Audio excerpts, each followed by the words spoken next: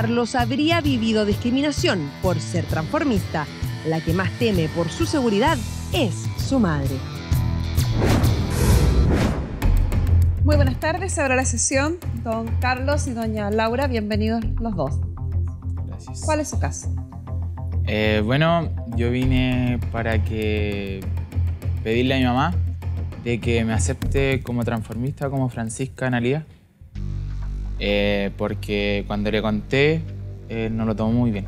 Entonces quiero que al fin y al cabo se dé cuenta de que ya este soy yo y no voy a cambiar. ¿Cuándo le contó? Le conté hace como 4 meses atrás. Hace poquito. Sí. ¿Y qué pasó esa vez?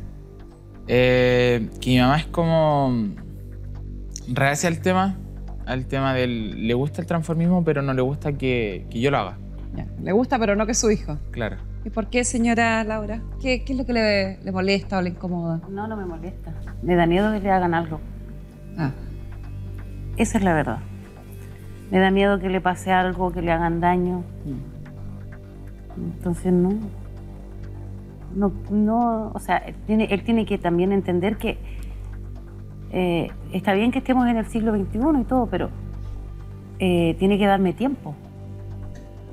No le pido que me dé de aquí a la eternidad, no, pero tiene que darme tiempo. Yo lo acepto en mi hijo. Él sabe que lo adoro. Él sabe que yo adoro a todos mis hijos. Y no, o sea, tiene que darme un poco de tiempo nomás para que yo lo pueda asumir bien. ¿Y durante ese tiempo su hijo puede seguir siendo transformista? Sí, pero tiene que tener cuidado porque yo sé, o sea, la gente está muy mala. La gente está mala, le hacen daño a las personas que son diferentes.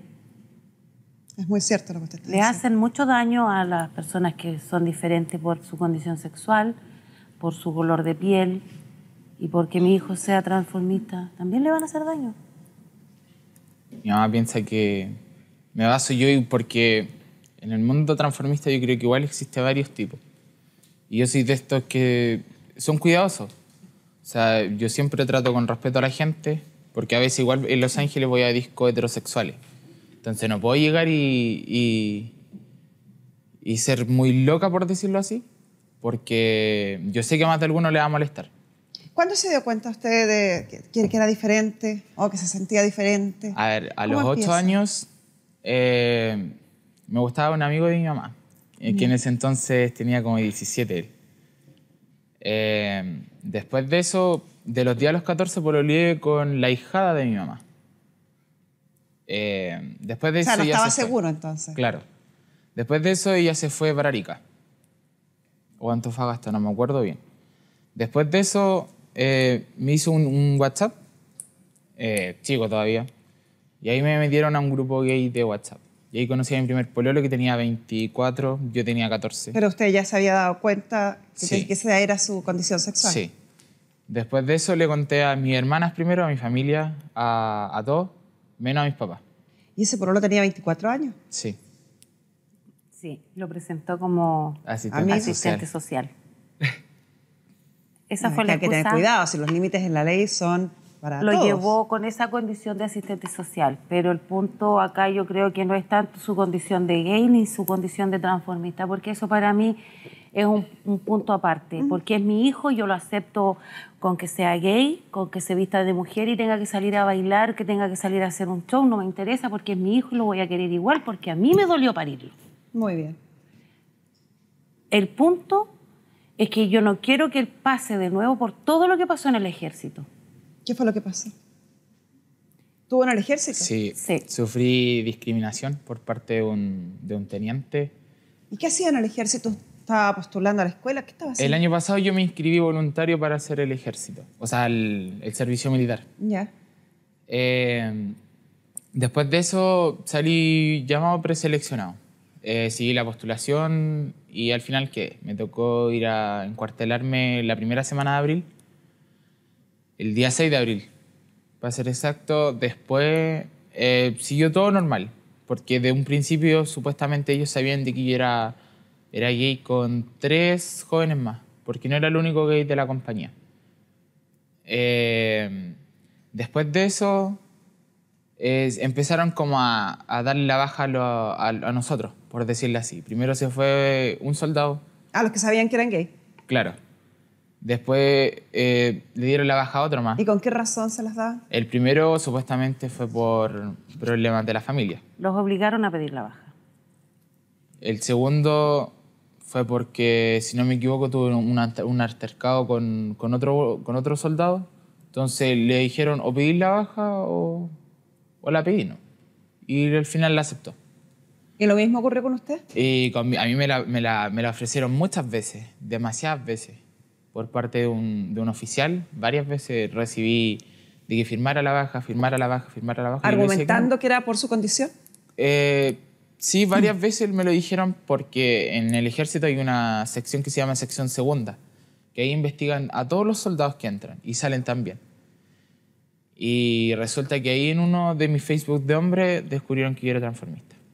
Entonces ahí como que todo se vinculó y trataron, pucha, me tiraban más guardia. Y yo les decía que no, pues que no iba a pedir la baja porque yo estaba postulando a la escuela oficial y a la escuela de suboficial y a soldado de tropa. Y usted estaba vinculado al ejército, recibiendo instrucción del ejército, pero además seguía realizando su actividad como transformista. No. ¿Y cómo supieron entonces? Por base de la sección segunda, que es la sección de investigaciones del ejército, descubrieron mi Facebook de hombre y después el Facebook de mujer. O sea, esas imágenes antiguas. Claro. Y ahí fue cuando un día X me dieron franco para ir para mi casa a cerrar todas las redes sociales de transformista. Que eso no correspondía con el ejército. Sabiendo que yo en ese entonces no ejercía como transformista, porque ya de un principio cambió mi faceta, por decirlo así, por el momento. Ahí fue cuando yo me di cuenta de que algo estaba pasando dentro. Y yo le dije, dime, ¿pasa algo? ¿Te han dicho algo? ¿Usted no sabía que su hijo era transformista en ese minuto? No. Sabía que era gay, ¿no? Sí. Pero el teniente... ¿Y cuándo se enteró? Porque usted empezó a sospechar que algo pasaba, pero... Sí, yo empecé a sospechar que algo pasaba dentro del regimiento. Porque Carlos empezó a ir muchas veces a la casa. Un día mi hija me dice, mamá, abre los ojos. Yo le dije, por favor, si tu hermano, mamá, por favor, me dijo, abre los ojos. Aparte de que a Carlos algo le está pasando, abre los ojos. Y empezamos a averiguar. Claro, había un teniente que lo estaba molestando, que un día X le dijo, vamos a ir a un carrete, ¿tú vas a ir de mujer? No, le dijo él, no corresponde, voy de hombre. Y así empezaron, que el colizón, que el...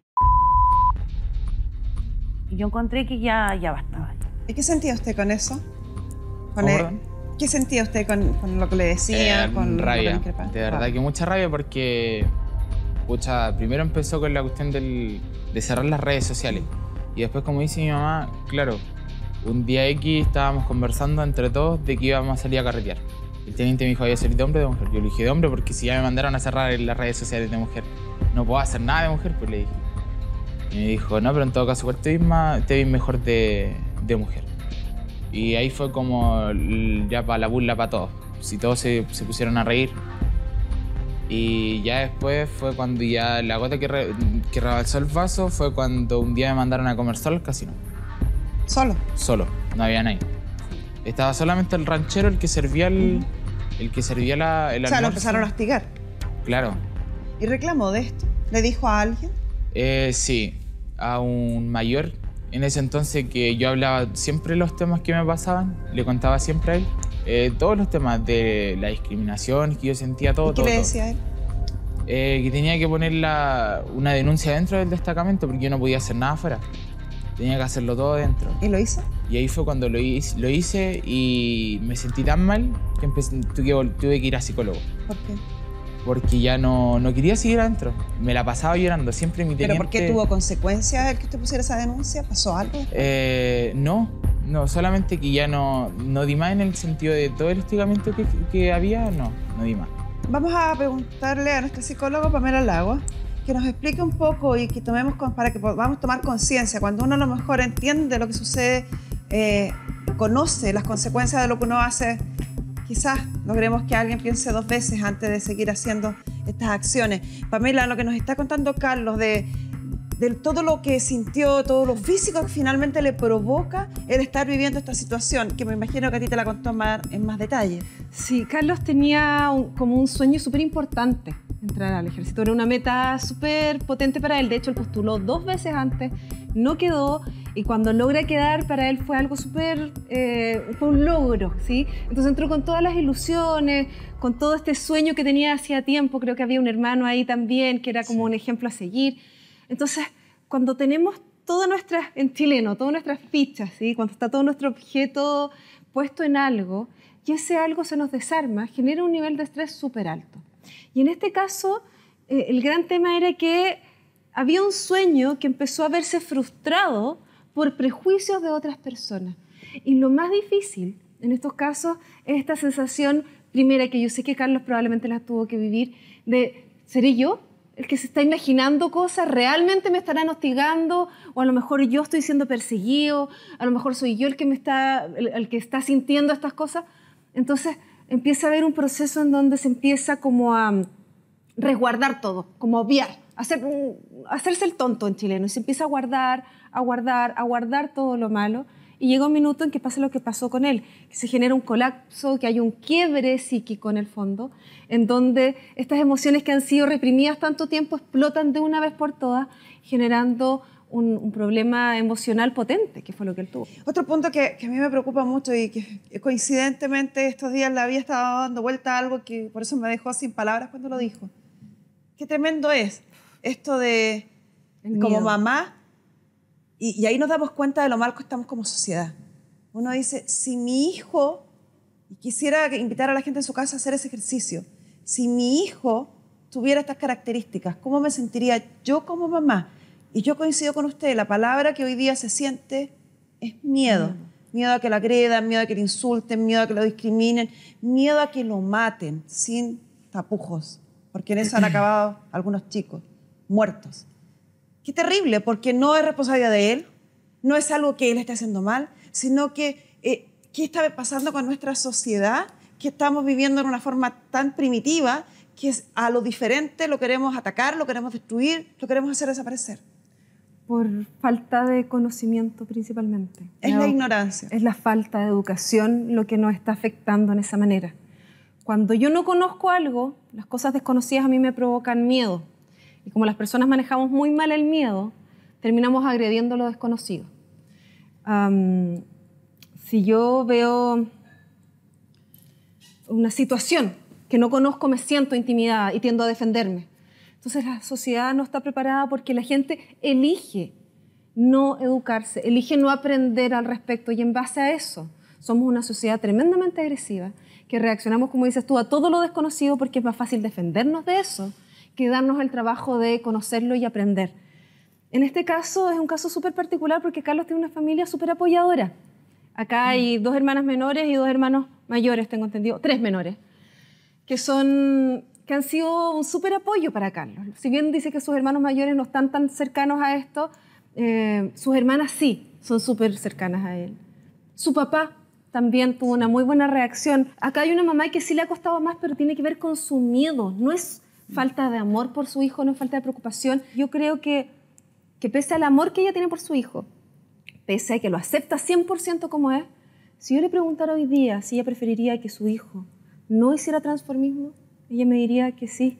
Aunque no es que no lo quiera él, es por miedo a la sociedad. Ella tiene miedo del mundo que la rodea, del mundo que lo rodea a él. Y ante eso es muy difícil para uno tratar de darle un argumento de por qué no tener miedo, porque lamentablemente estamos en un mundo en donde sí da miedo ser diferente. Estoy, pero absolutamente de acuerdo. Absolutamente de acuerdo. Acepto a mi Carlos con su estilo, le digo yo, su condición, porque para mí no es una condición, porque una condición es una enfermedad. Sí, pero es una orientación. Orientación es la palabra. Porque él es gay, ¿qué le vamos a hacer? Es mi hijo. Yo acepto a la Francisca entre comillas, la acepto, pero yo tengo mucho miedo. No tengo miedo al que dirán. Sí, es miedo que le pase algo. Porque el que diga la gente A mí me resbala. Yo voy a invitarlos a todos ustedes, a pedirle a Pamela que se quede acá antes de que cierre el caso, a conocer a Francisca. Tenemos imágenes de Francisca. ¿Cómo es esta transformación de Carlos en Francisca? Veamos.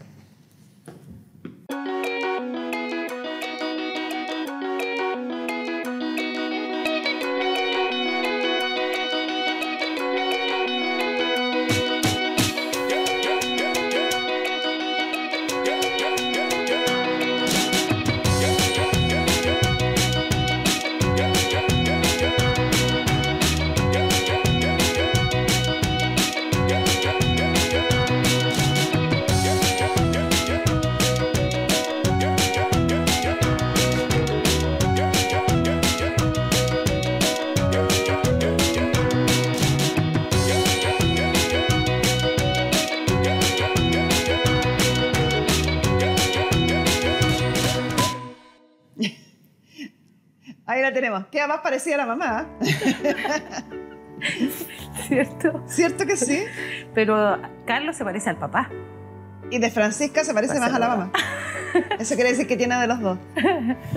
Pamela, tu recomendación para esta familia. Creo que han logrado un equilibrio tremendamente sano. Hay un dicho popular bien tonto que dice que la risa abunda en la boca de los tontos. Yo creo que la risa abunda en la boca de los inteligentes. Cuando dejamos de tener miedo, cuando aprendemos a reírnos de las cosas, cuando aprendemos a tomarnos las cosas con liviandad y a disfrutar la vida, es cuando lo estamos haciendo mejor que nunca. Ustedes en ese sentido lo han logrado y tienen un núcleo muy bonito de protección para Carlos y para Francisca. Les pido que resguarden ese núcleo. El mundo de afuera, como dice Carmen Gloria, lo único que podemos hacer es tener ciertos cuidados y tratar de alguna u otra manera de hacer cosas como esta. Este acto que ustedes están haciendo educa muchísimo. Pero yo creo que todas las mamás, si pudiéramos, meteríamos a nuestro hijo en una burbuja para que nunca le pasara nada. Pero si esa persona vive en una burbuja, no deja de vivir, deja de disfrutar, deja de ser feliz. Así que hay que romper la burbuja y hay que atreverse a eso. Muchas gracias, Pamela. La producción de nuestro programa se puso en contacto con el Ejército de Chile, con el Departamento Comunicacional del Ejército, para pedirle explicaciones sobre la situación de Carlos. Y ellos nos enviaron un correo con su respuesta. Voy a leer la parte importante del correo, que es la que supuestamente pretende explicar la situación que vivió usted. El pasado 28 de agosto, el exsoldado conscripto Fica realizó una denuncia por discriminación homofóbica en la unidad, ante lo cual se dispuso de manera inmediata la realización de una investigación. Como resultado de esta, se adoptaron las medidas administrativas y disciplinarias correspondientes con el personal involucrado. Cabe señalar que el exsoldado Fica integró el proceso de selección para realizar su servicio militar obligatorio año 2018-2019. Actualmente se encuentra licenciado del servicio, situación que él aceptó a entera conformidad, debido a tener un problema de salud preexistente e incompatible con el correcto desarrollo de este, el cual fue omitido por el soldado a la hora de presentarse a la comisión seleccionadora del servicio militar. El Ejército de Chile, como principio fundamental, no discrimina en ninguna de sus formas. Es respetuoso, cumple y hace cumplir todo aquello que se sustente en el ordenamiento jurídico vigente. Surgen varias dudas al leer esto. ¿Cuáles serían las correspondientes medidas disciplinarias y administrativas? ¿Contra quiénes? ¿En qué concluyó esa investigación interna que se hizo? ¿Cuál es la enfermedad que afectaba al conscripto que no declaró y que ustedes le certifican tener? No sé si usted tiene esas respuestas que acá parecen omitidas. Sí, a ver, yo creo que la primera es la psicológica, que supuestamente dicen que nunca lo dije. En la prueba psicológica que lo hacen a todos los soldados al principio, yo la pasé. Después de eso sí conté un suceso que pasó años atrás, mucho tiempo atrás, de la cual sí fui a psicólogo y de hecho llevé el alta, que mi mamá me la tuvo que llevar, el alta médica, que donde salía que yo estaba apto para seguir haciendo mi servicio militar. O sea, la enfermedad no existe. ¿Y las sanciones disciplinarias, investigación? La sanción disciplinaria supuestamente es por el teniente, que le dieron creo que 0,5 creo que se llaman en el sentido militar, que es se demora más su subida a capitán. Ya. O sea, habría existido una sanción. Supuestamente. Invitamos para eso, para conversar de esto, porque sé que lo están ayudando, porque siempre están presentes en actos de discriminación para hacer valer los derechos como corresponde, a Óscar Rementería, vocero de nuestro querido móvil. Hola, Carmen Gloria. Hola, Óscar. Muchísimas Carlos, gracias, ¿cómo como están? siempre. Muchas gracias gracias a por ustedes venir. por la invitación. Bueno, yo estaba escuchando la declaración de Carlos y efectivamente nosotros estamos apoyándolo, asesorándolo con nuestra abogada Paula Laporte. Ella es de la ciudad de Concepción, Carlos proviene de esa región, por eso no pudo estar acá presente, así que la estoy representando yo, pero es parte de la misma organización, un excelente profesional que está viendo la situación específica de Carlos en el regimiento. Ahora, sobre algunas aseveraciones que tú leíste ahí en el correo electrónico y que algunas contestó Carlos. Primero, ahí lo que está haciendo el Ejército de Chile es tratar de justificar de manera bien indirecta por qué él está con licencia. No tiene ninguna razón mencionar de que él tuvo, entre comillas, alguna situación o problema psicológico anterior. Yo puedo hace 10 años atrás haber ido al psicólogo por estrés y eso no significa que yo pueda haber tenido algún problema o alguna enfermedad psicológica o psiquiátrica. Ellos lo mencionan, siendo que aquí estamos hablando incluso, Carlos lo mencionó, de que su mamá presentó el documento del alta, entonces yo no puedo considerar ese elemento. Por otro lado, las medidas disciplinarias. Y tú también lo mencionabas, en un juicio civil, cuando yo demando a alguien y el juez condena o falla determinada situación, yo me entero efectivamente qué fue lo que pasó, por algo estoy presentando la demanda. O sea, de hecho, puedo anular el juicio. Claro, si y si no me estoy parece la demanda, emplazado. tengo herramientas judiciales para poder tratar de cambiarlo. Pero en estos casos, que no es un juicio propiamente tal, es como un sumario interno, es como una investigación interna, se dice de que se tomaron acciones disciplinarias o acciones administrativas y uno les tiene que creer nomás. ¿Ah? A ti te comentaron. Claro, te comentaron no hay que hicieron algo, un 0,5 de algo. ¿Ah? Y esa situación es bastante habitual y a nosotros nos ha tocado verla cuando hay denuncias de discriminación al interior de las Fuerzas Armadas. ¿Ya? Cuando las personas son discriminadas por su orientación sexual o cualquier otro elemento, el Ejército busca las formas de taparlo. ¿Ya? Esa es la realidad. Y ellos no están exentos de la aplicación de la ley Zamudio. Por supuesto que no, y de hecho la ley Zamudio es especialmente severa con los funcionarios públicos y los soldados son funcionarios públicos de acuerdo a la ley. Le puede costar incluso la destitución. Pero lo que habitualmente estamos viendo son investigaciones sumarias, es decir, entre el grupo, para que las personas que nos están viendo puedan entender. Aquí no estamos hablando que un juez llegó y hizo una investigación, sino que la misma institución designa a otro funcionario de la misma institución para hacer una investigación de ámbito administrativa, para tomar acciones administrativas. O sea, eso incluso, entonces no impide en ningún caso que Carlos pueda presentar a través de ustedes una acción frente a los tribunales. No, no lo impide de ninguna manera y bueno, Paola Laporte, que es la abogada, está analizando las acciones judiciales que se van a emprender en contra del Ejército. Pero aquí hay que considerar algo. Si tú te pones a analizar en estricto rigor la historia de todos los casos de discriminación hacia atrás en las Fuerzas Armadas, ninguno ha discriminado nunca. Pero es impresionante. El Ejército, la Armada y la Fuerza Aérea todos los sumarios son terminan instituciones intachables, donde cada vez que se hace un sumario dice, aquí nunca se discriminó. Fue un error de percepción de la persona que está presentando la querella. Eso no se las cree nadie.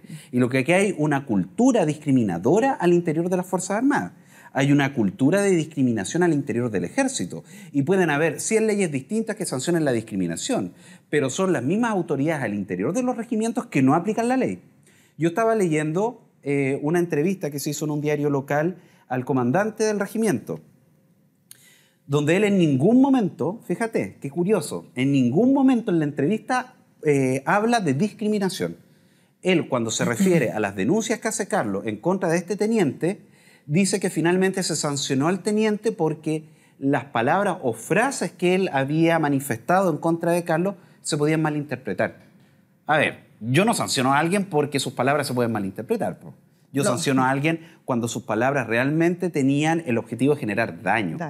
Entonces, lo que estamos en presencia de la situación de Carlos es algo que se ha repetido en los últimos años en las instituciones militares. A pesar de que tenemos ley antidiscriminación, a pesar que hay una orden interna de la comandancia en jefe del ejército que prohíbe la discriminación, a pesar de todas estas situaciones y circunstancias, sigue pasando y lo siguen tapando.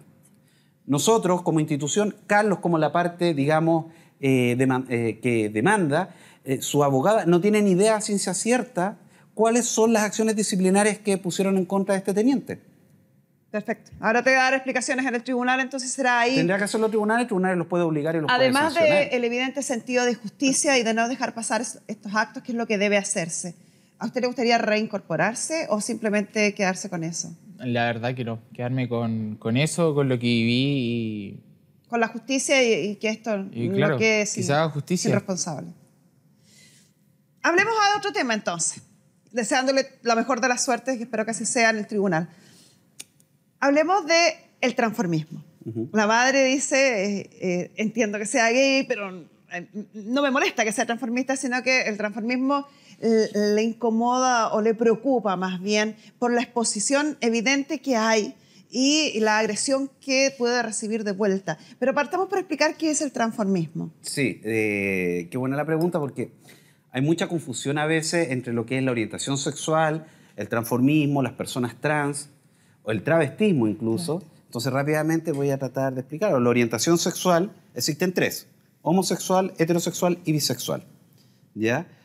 Usted es heterosexual, se casó con una persona de distinto sexo, porque le atraía a esa persona, le atraen las personas de distinto sexo.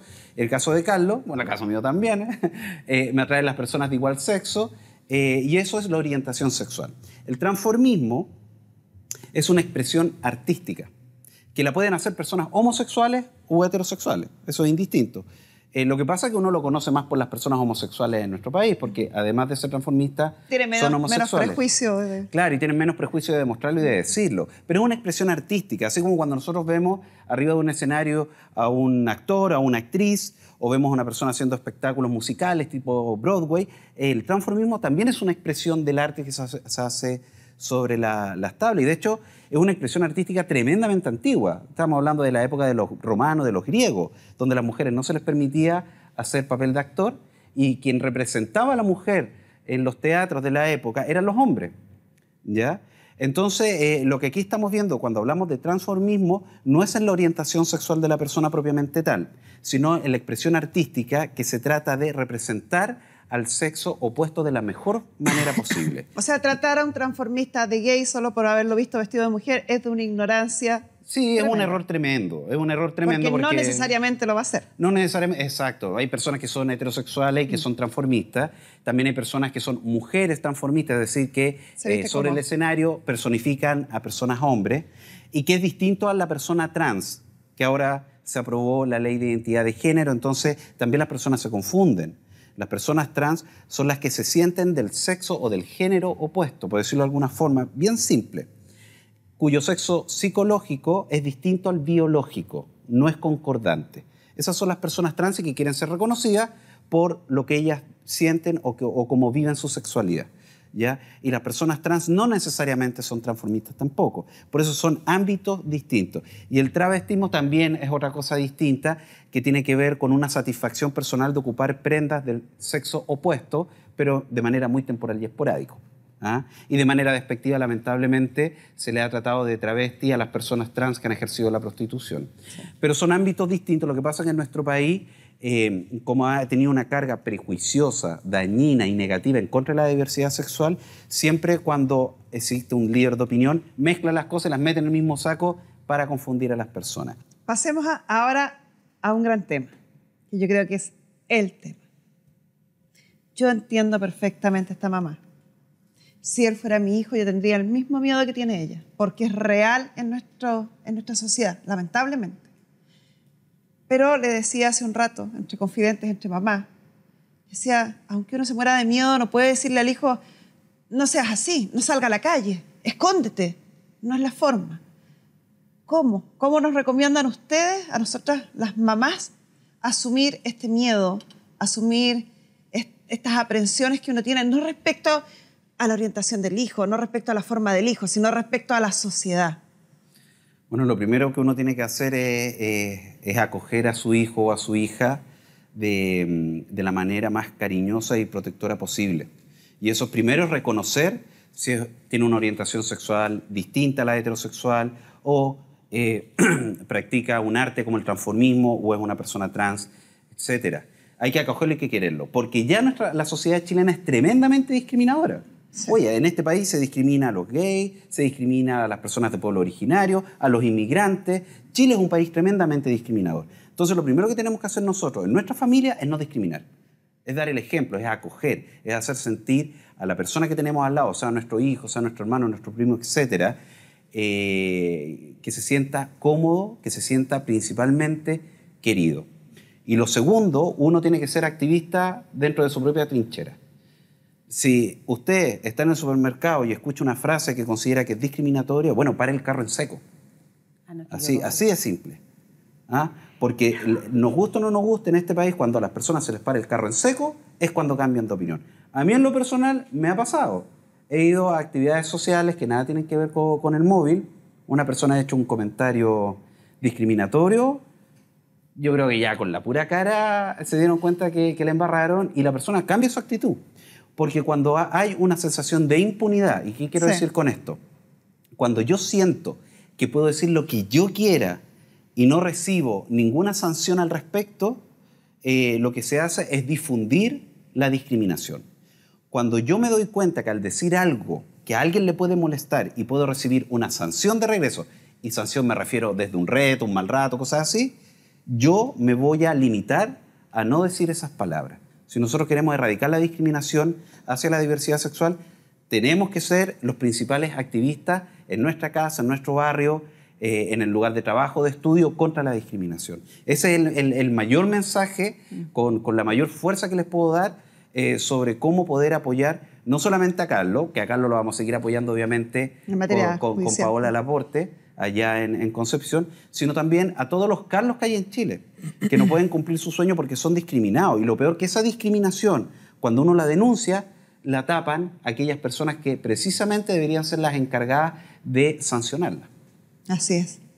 Bueno, Óscar, muchísimas gracias por todos tus comentarios, por tu ayuda para Carlos y principalmente por poder permitirnos conversar este tema en un horario familiar, que espero que trascienda la pantalla y sea una conversación hoy día en la casa, porque en la medida, como tú dices, que conversemos, que nos pongamos de acuerdo sobre ciertos temas y tomemos importancia a lo que significa, el dolor que puede significar a una familia sufrir esta discriminación, el dolor que puede significar a un ser humano, que puede llegar a ser alguien muy cercano a nosotros, como en este caso, que es un hijo. Puede cambiar todo eso si cada uno de nosotros cambia de actitud, pues cada uno de nosotros va sumándose a este entendimiento. Y fíjate que yo creo que la frase aquí es: vive y deja vivir. Vive la vida como quieras y permite que otros también vivan su vida como quieran. Uno no tiene ningún derecho a estar imponiendo lo que uno piensa. Si usted no está de acuerdo con eso, bueno, usted no lo practique, pero deje que el que está que el resto del mundo lo haga. Muchas gracias, Óscar. Muchas gracias, Carmen Gloria, por la invitación y bueno, mucha fuerza, nosotros los vamos a seguir apoyando y lo mismo, la reflexión para las personas que nos están viendo ahora. Probablemente Carlos puede haber sido un excelente soldado, una persona condecorada, puede haber sido muy reconocida, pero la pasó tan mal en los primeros meses dentro del regimiento, única y exclusivamente por ser gay y por otro lado, por haber practicado transformismo con expresión artística, que no quiere volver a saber de las Fuerzas Armadas. Y probablemente truncaron un tremendo futuro al interior del ejército. Eso nunca lo vamos a saber, porque eso es lo que produce la discriminación. Truncan los futuros de las personas y generan una incertidumbre de por vida. Muchas gracias, Óscar. Muchas gracias. De corazón espero que esta conversación le haya servido. Yo sé que no es una decisión que uno toma en un segundo, ni es que porque alguien le va a decir una palabra va a terminar con sus aprensiones y con sus miedos, pero quizás le va a hacer pensar o replantearse y tener un poquito más de valor para aguantar estos miedos y permitirle a su hijo que viva la vida que él quiere.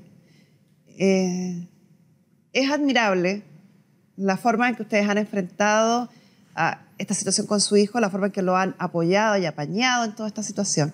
Me encanta que sea una familia tan unida, la actitud de sus hermanos, de su papá, de su mamá. Ojalá fuera así siempre. Lamentablemente no lo es. Pero conversar de estos temas, traerlos a espacios televisivos, a espacios de comunicaciones públicas como estos, yo creo que estamos aportando, aunque sea un granito, pero es un aporte para que usted en su casa lo piense, lo converse y nos ayude a cambiar este país discriminador por un país acogedor y que aprendamos a vivir en paz y respetar nuestras diferencias. Muchísimas gracias y con esto cerramos la sesión.